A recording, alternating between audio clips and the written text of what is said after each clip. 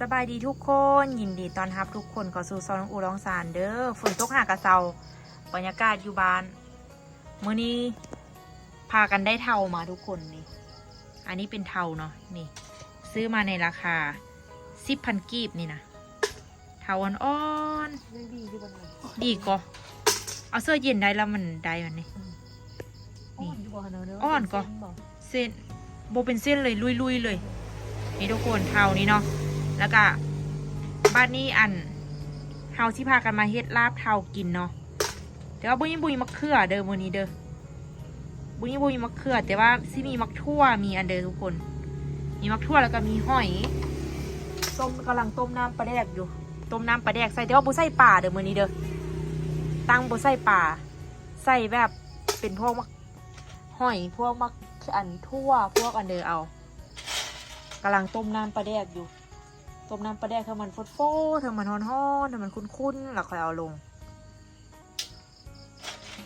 นี่เท่านี่ก้อนนึงบอกเยอะป่ะเนี่ยทุกคนซื้อ10,000 กีบนี่นะ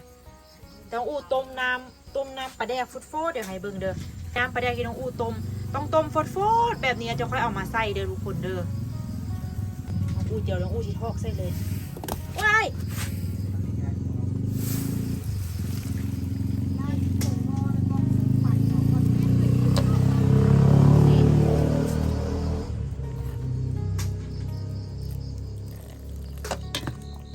ฮ้อนๆอย่างนี้เลยทุกคนเห็นบอกต้องใส่ให้มันฮ้อนๆแบบนี้นี่ฮ้อนๆแบบนี้เลยนี่มองไหมต้องฮ้อนๆคุณคันบุพอน้ำปลาแดกบุพอนี่ก็ใส่อีกนี่เพราะอย่างนี้ใส่เครื่องใส่ข้องอีกเดนี่นะนี่แบบนี้ได้ทุกคนคันถ้าผู้ใดเคยกินนี่สิฮู้นะว่าแซ่บแต่ว่าเท่านี้คนที่เป็นกระเพาะนี่มันสิบ่มักเด้อนี่เด้อหาเสร็จปล่อยให้มันเย็นๆหน่อยนึงก่อนปล่อยเย็นๆเราจะค่อยสิเอาผักเอาอันเดอร์เซอร์แล้วเราก็จะค่อยสิปรุงเครื่องเนาะนี่มันเริ่มเย็นแล้วเนาะเราก็จะเอาห้อยลงทุกคนเห็นบ่นี่เราจะเอาห้อยลงแล้วมันจะการที่มาเอามะเขือที่เราตำไว้อันนี้แหละลงโอ้ผู้ใดเคยกินนี่สิโฮว่าแซ่บแซ่บว่าอะไรเนี่ยอันนี้น้องอ้วงมะเขือกับกระเทียมตำเสื้อกันเดินเด้อเอาเขือกระเทียมตำเสื้อกันแล้ววันนี้กะเจ้าผงเสน่ห์เพิ่มความอร่อยลงไปแล้ววันนี้กะเอานี่แล้วก็เอาอันมะขั่วลงไปนี่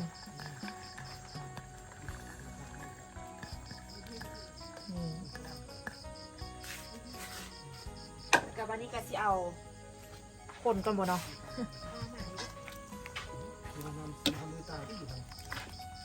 คนก่อน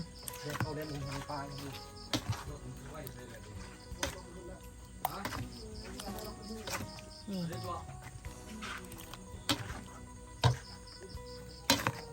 วันนี้เราก็คนให้ทุกอย่างมันเข้ากัน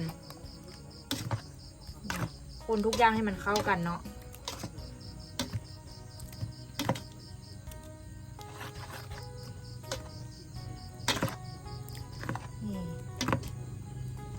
เดี๋ยวต้องซีมก่อนว่ารสชาติเป็นอะไรเดี๋ยวนี้นะนี่ผู้ที่เคยกินนี่สิหัวแซ่บเดี๋ยวนี้แต่ว่าเราต้องต้มน้ำมันฮ้อนคือน้องอู้เฮ็ดทันเดินลงเด้อแต่ว่าอยู่บ้านน้องอู้บ่ได้กินเทาแบบเทาเย็นฮะนะ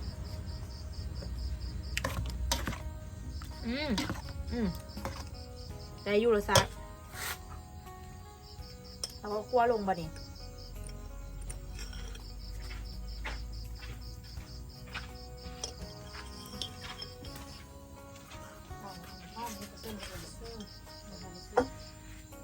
ห้อมลงอีก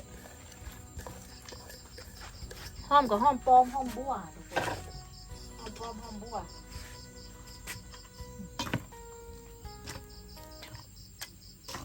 โอ้โห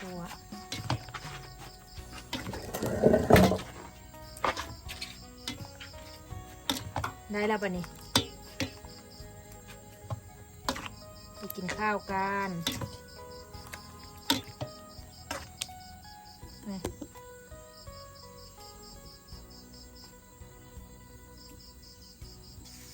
อันนี้ก็จะเอาอันนี้ใส่นะทุกคนเนาะตักเส้นถ้วยไปกินอาหารตามฤดูกาลกันเบ้าซุกหมานสั่งกับเจ้าพัดบ่ได้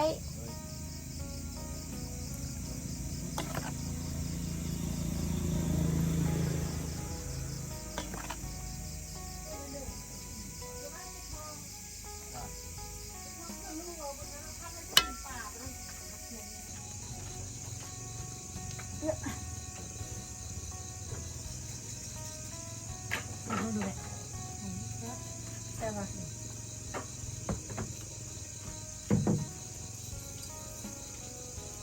อันนี้มกขี้ป่าขี้ป่าอันนี้ปีงซีน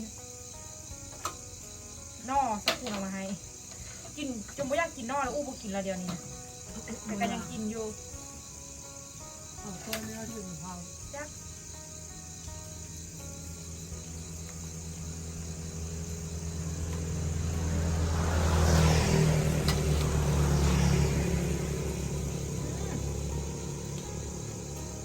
ไปทางบ้านเกิดแล้วเนี่ย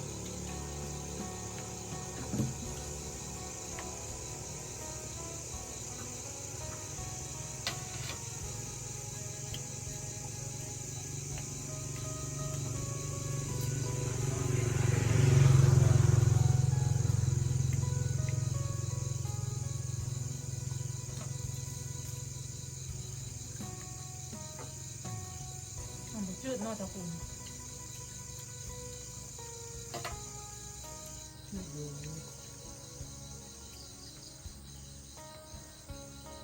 สดแบบนี้เห็นอยู่ติ๊กต็อกเขากินบ้านเป็นแซ่บไม่ได้ว่ามีพักอีหินกับเนาะ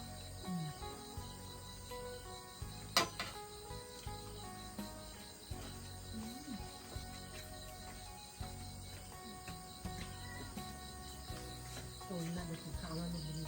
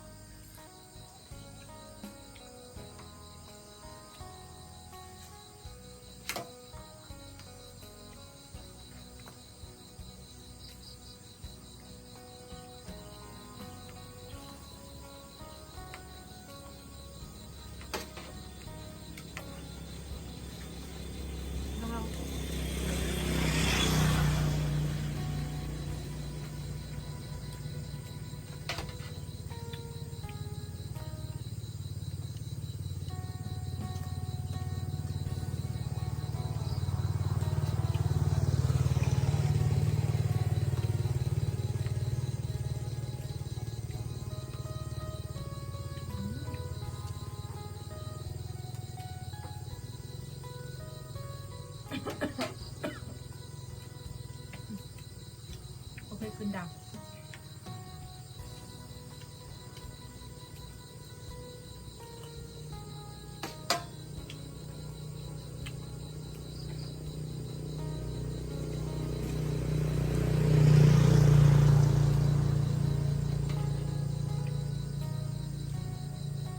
คุยวันนี้กันแล้วแซ่บเหมือนกัน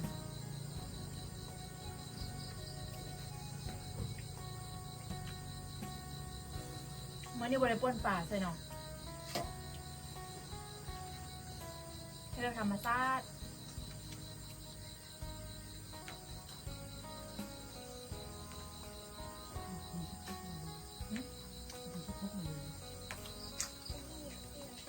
เอาไหมลูก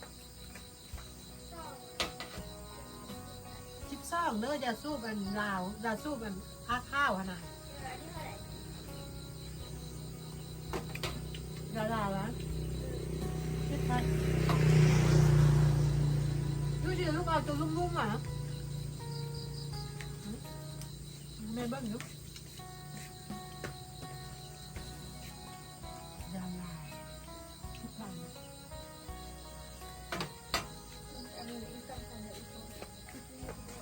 เอาไปเลยลูกยังเอาเงินพ่อแม่ก็ได้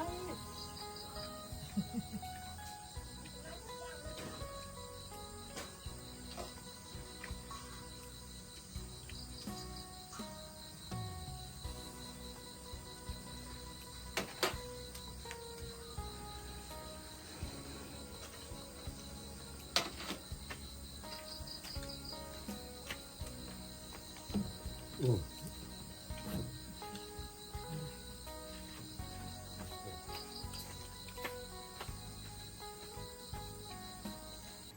่นเช้ามื้อต่อมาเนาะทุกคนเนาะเบิ่งบรรยากาศบ้านน้องอูป้าสุดยอดเลย แต่ว่าตัวย่อยบ่อยู่เด้อทุกคนเด้อเพราะว่าออกไปถ่ายคลิปอยู่ไสสมบูรณ์กับหำต้นกับอันต้นตาลของทุกคนมองไหมบรรยากาศสุดยอดเลยทุกคนฝนหากระเซาตกนะตกมืดมือหมดเวียนน้องอูไปใส่กับบ่ได้เดี๋ยวนี้แห้งไปใส่กับบ่ได้ทุกคนแบบได้อยู่แต่เหือนนะเพราะว่าทางมันเปื้อนมองไหมเบื้องทางเขาเหือนกะเดี๋ยวรถตุ้ยมานี่ก็มาเยียบอันนี้แล้วก็เปื้อนอีกเดี๋ยวปีหน้าที่ได้เกาะออกมาไว้จอดรถแล้วก็ซีอันเทพื้นนี่หมดเลยเพราะว่าอัน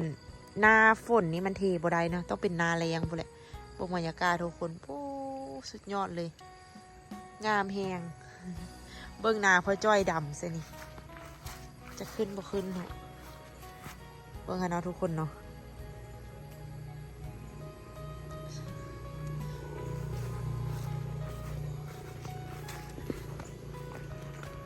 เบิ้งอันหอยทุกคนหอยที่เอามาปล่อยน้ำมีนะยังเต็มอยู่หกเราต้องได้เอาจักตัดหน้ามาตัดแล้วทุกคนมันขึ้นไวเนาะเบิ่งตัวหอยเด้อนี่หอยอันนี้เขาเอิ้นหอย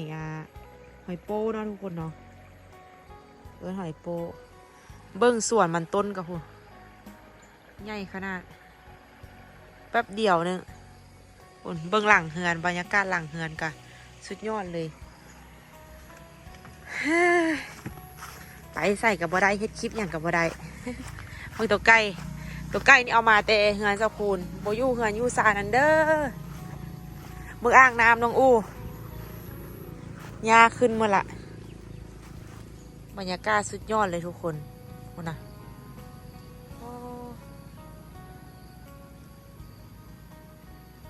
คักสุดไม่ได้กิน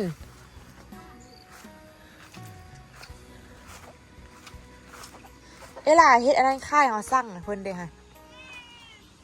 เขาสั่งอันนั้นเพิ่นสั่งรสซองบ่แต่ว่าเพิ่นเฮ็ดเป็นทงมีน้ำกะทิอันเดียวเขาบ่ขี้คร้านแต่งเองไม่จานปิ้งปลาส้มอ้อลามหอมขนาดอ้อลามไปแห้งวันนี้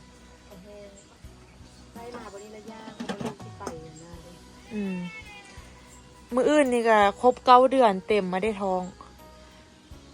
ธรรมดาเข้ากับยากให้เกิดประมาณ38 อาทิตย์เดี๋ยวนี้ได้สักอาทิตย์มื้ออื่นได้36อีก2 อาทิตย์แต่หม้อนัดทันละเมนครบ40 อาทิตย์เต็มเลยได้แต่ว่ากับหม้อนัดซื้อๆเนาะคาดคะเนซื้อแต่ว่าส่วนไล่เข้ากับซิเกิดอยู่ประมาณหมดทั้งเกิด37 อาทิตย์นึงก่อนส่วนไล่เขาก็ซิเกิด38 39เนี่ยประมาณนี้ก็บ่ได้มีความรู้สึกต่างเติ้งอันใดๆเนาะเขาก็ว่านอนตื่นมาก็บ่ต่างกันเด้อมันจะเจ็บมาแล้วเจ็บตึ๊บคือเขาเจ็บท้องเจ็บไส้เป็นพยาธิพะเยานี่ไปห้องน้ำนี่บ่คือเขาเจ็บท้องเดี๋ยวเจ็บท้องไปห้องน้ำขี้บ่ออกเงี้ยวบ่ออกแหละ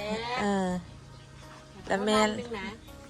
อุ้ยเราเด้อมื้อนี้เจ็บท้องละดีเป็น2-3 มื้อแล้วเจ็บท้องบ่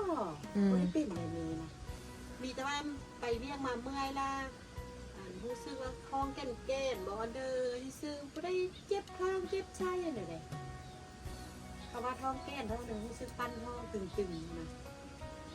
มื้ออื่นนี้ตัวย่อยมามื้อเดียวบ่ฮู้เนาะบ่ได้ถามคือกันอัน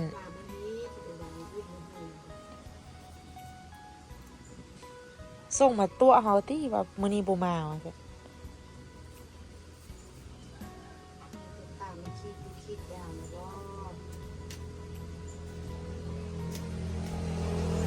อันก็เบิ่งก่อนมื้ออื่นนี่สิไปซื้อผ้าออมอีกเสื้อสิมาซักตากมันบ่มีแดดนะเบิ่งแม่อยากมันแดดแห้งๆอยากซักผ้าออมมันบ่แดดจากมือ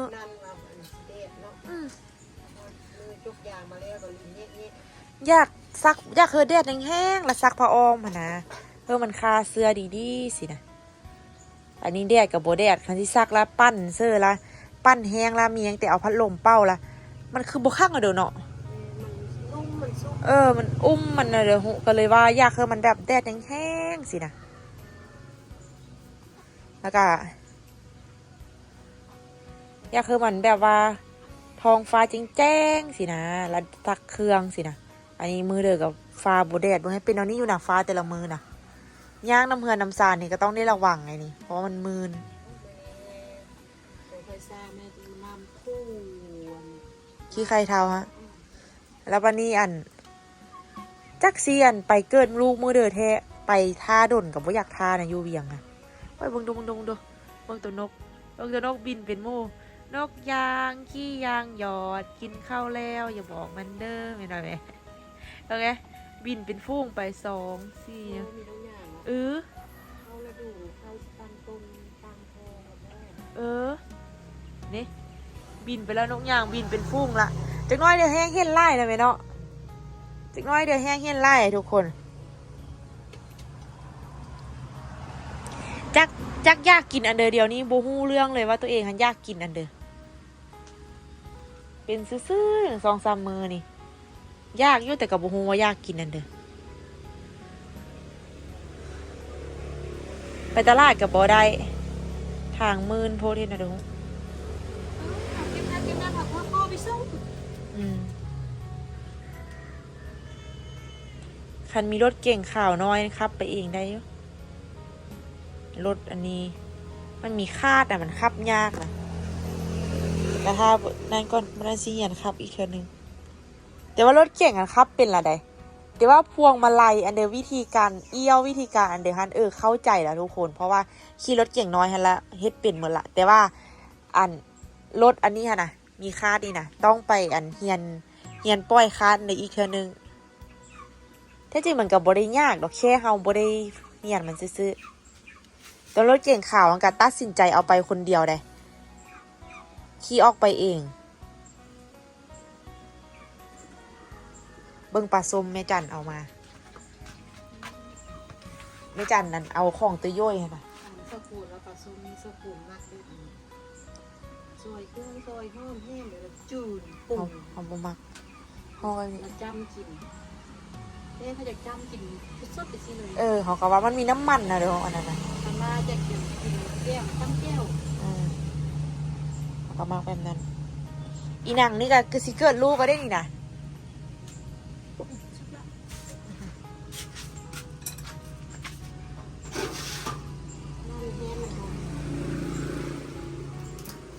ฝนตกไปเสือกับบ่ได้เมื่อเวียงชุดนี้สิเอาลายย่างเมื่ออยู่เอาไปแห้งเอาหน่อไม้เอามือต้อนเข้ามดนี่แด่เอาพักเอาบวบแล้วก็เสื้อเข้าไปเก็บพักกุดงองเบิ่งเด้อสิมีบ่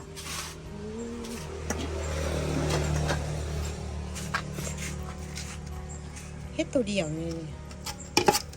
ลายเนาะ แม่ย่างล่ายมันเลือกกิน อึดเนาะพักเสื้อนี่เนาะ เขาล่ามเท่ากับกินผักกินมะเขืออันนี้เป็นละลาย ตะกี้มักบวบนี่อึดแท้อึดว่าเนาะ เสือสิได้เอาล่างก็ได้ออกตลาดซื้อผักซื้อมี เนาะทุกคนเนาะบรรยากาศตอนเช้าก็ประมาณนี้น้องอู้กับซีกินข้าวแล้วก็เดี๋ยวคิดคอนเทนต์กับแม่ก่อนว่าสิเฮ็ดอันเดิมเนาะเพราะว่าไปซื้อกับบ่ได้ ซื้อบักพร้าวอันเดิมบ่นั้นจักสิได้เฮ็ดอันเดิม เฮ็ดอันนี้ลาดเฮ็ดอันต้มว่ะเฮ็ดขนม ขนม บ่มีแป้ง แป้งไป นี่อย่างว่านั่นแหละ แป้งข้าวเจ้าก็มีแป้งข้าวเหนียวก็มีแล้วก็จุบอยู่ แม่น่ะไป ตัวนี้ก็เป็นข้าวเหนียวนี่ข้าวเจ้านะนี่ข้าวเจ้า พอดีแล้วซะนะไปเอาเบอร์ตอง ข้าวง่าย อ่ะเราทุกคนน้องบรรยากาศเดี๋ยวน้องอู้ขอตัวกินข้าวกันเด้อเจอกันคลิปวิดีโอหน้าว่าเซตคลิปอย่างให้ทุกคนเบิ่งเปื้อนมะยุมะยะมืดวันนั้นจังสิได้แปลงเฮือนไหม้หมดเลยนี่